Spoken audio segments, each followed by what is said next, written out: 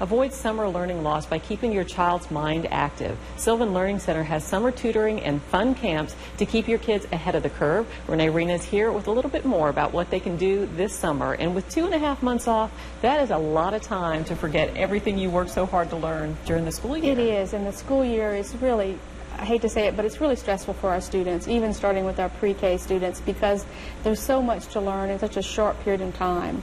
And we don't realize in those 10 weeks that they have off in the summer how much they forget. I remember when I was in school, I'd forget how to hold my pencil, and that was so many years ago. Now, they're so fast and they move so furiously throughout the year.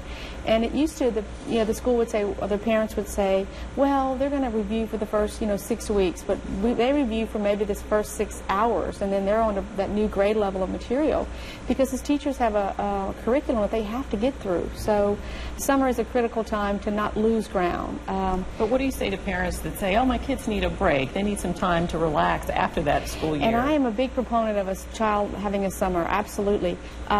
But it's amazing. I tell my parents throughout the rest of your child's life, they need to read 10 minutes every day, just 10 minutes, and do 5 minutes of math in some way, shape, or form for the rest of their life. Not any longer than that. So I wouldn't encourage the parents to say, well, it's raining and we don't have anything to do and it's Sunday, and go read for an hour, and then we don't read anymore for the rest of the summer. That doesn't tend to work. It needs to be daily, and it needs to be a little bit. So they don't need a lot, they just need consistency. And even if they're taking classes at Sylvan, if you want to enroll your child in summer tutoring or a summer camp, we're not talking about a huge time commitment. They're not there 8 hours a day sitting at a desk. An hour and a half with our summer camps. We're really encouraging a lot of our students to do some summer camps in math that have to do with their STEM classes: science, technology, engineering, and math. And of course that's where we're going in our society, so we want to encourage that as well. We've taught some of these in the school this past school year, and this is one of the little robots that my student wanted to make sure that I said that John made this. John did a great job. And he used a lot of the technology. He used a lot of math to be able to put it together. He's learning about gears. He's learning about, and this one doesn't necessarily have pulleys, but there are pulleys and gears and shafts and cams and a lot of things that I'd forgotten in science as well. So this is our robotics class, and it's meant to teach those STEM concepts.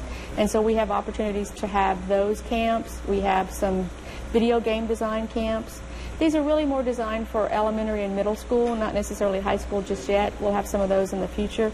But we're helping to have students grasp these concepts really early and don't get overwhelmed with math or overwhelmed with science so early. So, and the great thing about Sylvan is they're learning these science concepts and they're learning the math concepts, and it's so much fun they don't even realize. It doesn't feel like you're at school. It's exactly right, and they do have a wonderful time with it. I was at a school this past year, and the student, little girl said, yeah, it's building Legos, it's not that big of a deal.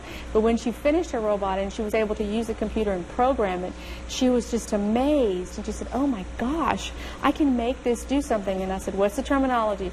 I can program this. That's correct. So we teach them correct terminology as well.